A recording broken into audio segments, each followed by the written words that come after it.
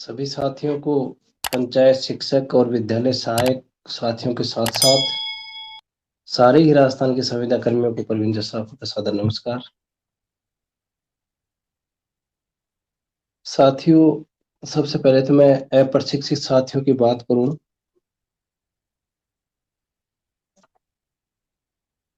तो अप्रशिक्षित साथी जब से कल से 16/900 का आदेश हुआ है, उसके बाद से अप्रशिक्षित साथियों के बड़ी संख्या में कॉल्स आ रहे हैं। हमारे साथ धोखा हो गया है, हमारा नहीं हुआ है, इस तरह की बातों को लेकर। तो अप्रशिक्षित साथियों को मैं थोड़ा बता देना चाहता हूं मित्रों कि जब हम अपात्र हुए थे, ये बात मैंने पहले भी आपको बताई है कि जब हम अपात्र हुए थे, हमने आदेश निकलने के बाद मैंने धरना शुरू किया था। लेकिन आपकी पीड़ा को समझते हुए मुझे पता था कि धरना करने में अब ट्रेंड साथियों को कोई दिक्कत नहीं है। आदेश से निकला नहीं उसका भी इंतजार नहीं किया और आपके लिए धरना चालू किया, आपका प्रस्ताव बनाया। कई साथी कह रहे हैं कि प्रवीण जी ने हमें प्रस्ताव ग्रुपों में ओपन नहीं किया। अरे भाई, विभागीय चीजें हैं, उनको ग्रुपों में ओपन करने से क्या फायदा मिलता है? मुझे तो फायदा था, ये मैं ग्रुपों में ओपन करता, मेरा नाम है उसमें, सब चीजें हैं, सब लोगों को सबको पता है कि प्रवीण जी ने धरना लगाया, तो मुझे तो कोई परेशानी नहीं थी। लेकिन विभागीय चीजें हैं, अब ग्रुपों में ओपन करने को उनका क्या फायदा होता है? इसलिए हमें ऐसी बीमारियों से ग्रुपों में ओपन करना, इनसे दूर रहना चाहिए। अप्रशिक्षित भाइयों को मैं बता देना चाहता हूं कि आपका प्रस्ताव बिल्कुल बन गया है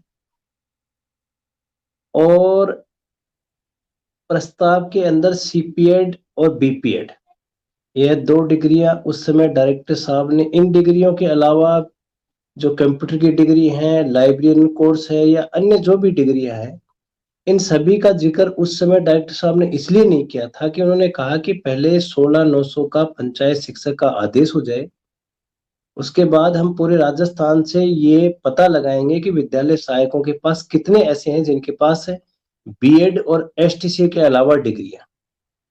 जब वो पूरी रिपोर्ट आ जाएगी तो उसके हिसाब से प्रवीण जी एक अलग से प्रस्ताव तुरंत ही बना के हम भिजवा देंगे।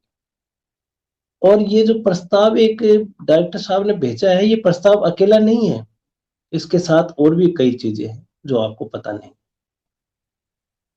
तो ये बीपीएड सीपीएड वाले भाई चिंतित ना हो, इनका प्रस्ताव भी मंगलवार को शायद बन जाएगा। उसके मंगलवार को तो नहीं बनेगा, सॉरी, क्योंकि इसमें 3-4 दिन का समय लगेगा। अभी ये 16/900 का आदेश जिलों में पहुंचेगा, उसके बाद वहां से रिपोर्ट आएगी, 5-7 दिन इसमें लगेंगे। उसके बाद आपका प्रस्ताव जाएगा और आपके प्रस्ताव पे नहीं, सारे ही अप्रशिक्षित साथियों को मैं निवेदन कि जयपुर भी आपके मामले को लेके काम आरंभ हो गया है। आप इस मामले के लिए बिल्कुल आशंकित मत रहें कि संगठन आपको धोखा दे रहा है। हमसे जो बन रहा है वह काम हमने आरंभ कर दिया है। बावजूद इसके अगर कोई आदमी ये कहे कि हम सचिवालय में जाके और वहां पे ये करेंगे वो करेंगे, तो वो स्वतंत्र हैं। ना ही मैं अब किसी को ये कहूंगा कि आप यहाँ मत आओ। आप खूब सचिवालय जाओ, 150-200 नहीं, 500 आदमी रोज जाओ, हजारों की संख्या में जाओ, मुझे कोई आपत्ति नहीं। मैं तो आपकी भलाई की बात कर रहा था। बाकी अब लोग चाहते हैं कि भला हो ही नहीं, तो एक अलग बात है। मेरी तरफ से आप 25 अप्रैल के कार्यक्रम में जाओ, अगर वहां आपको आदेश मिलता है तो आपका अधिकार आप चाहिए। और मेरी तरफ से तो आज बड़ी संख्या में मेरे साथी फोन कर रहे थे कि साहब हम कोर्ट में जाएंगे, तो भैया खूब कोर्ट में जाओ। लेकिन एक बात आपको मैं बता देता हूं कि आपको रो धो के आना पड़ेगा संगठन के पास, क्योंकि कोर्ट में कोई चीजों के समाधान नहीं होते। समाधान संगठन और सरकार के बीच में ही होते हैं, और इसी बात का भी समाधान संगठन और सरकार के बीच में ही होगा। सरकार करेगी, संगठन करवाएगा। अगर आप विश्वास रखोगे तो ठीक है, ना भी रखोगे तो जो साथी विश्वास रख रहे हैं उनको मैं धैर्य से कहना चाहता हूं कि आप कहीं अनावश्यक रूप से पैसे ना लगाएं। संगठन आपकी मांग के प्रति गंभीर है। जब तक संगठन आह्वान ना करे, कहीं जाने की आपको जरूरत नहीं है, ना ही आपको कोर्ट में जाने की जरूरत है। आप आराम से संगठन में विश्वास बनाए रखें। संगठन जिस तरीके से आपको आदेशित करता है उसी तरीके से आप काम कीजिए। दूसरी एक बात मैं नगर पालिका वालों साथियों को कहना चाहता हूं कि नगर पालिका वालों साथियों के लिए 24 अप्रैल को मीटिंग होगी। उस मीटिंग के बाद 25 अप्रैल को आपका आदेश निकल जाएगा, ज्वाइनिंग आदेश। तो आप निश्चिंत रहें, 24 अप्रैल की मीटिंग फाइनल हो गई है।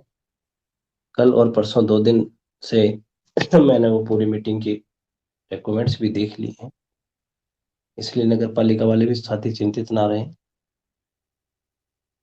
एक 16,900 आदेश के लिए जो साथी कह रहे थे वो रुक गया है, ये हो गया है, कई मैसेज मैंने कल एक वो अपने भाई साहब का नाम तो मैं आपको क्या बताऊं,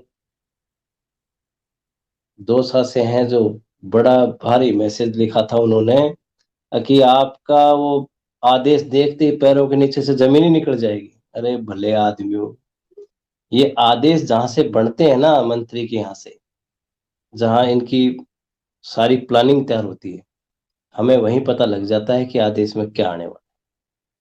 लेकिन अब तुमसे बहस करे कौन? तुमसे बहस करके हम अपनी एनर्जी खोना ही नहीं चाहते इस लफड़े में। इसलिए कोई भी मैसेज ग्रुपों में डालने से पहले किसी आदमी को बेवकूफ समझने की भूल बिल्कुल ना करें। संगठन को एक एक चीज का बारीकी से पता है, कौन सी चीज कहाँ हो रही है, कैसे हो रही है, उसमें कोई दिक्कत है या नहीं है, क्या है।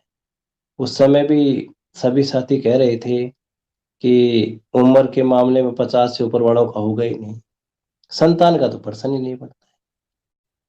लेकिन मैंने कभी नहीं कहा कि 50 से, मैंने कहा था, ये संगठन का नारा था कि 59 साल 11 महीने 29 दिन वाले का भी सिलेक्शन करवा के रहेंगे, और संतान चाहे 10 हो उसका भी सिलेक्शन करवा के रहेंगे। और साथियों हुआ।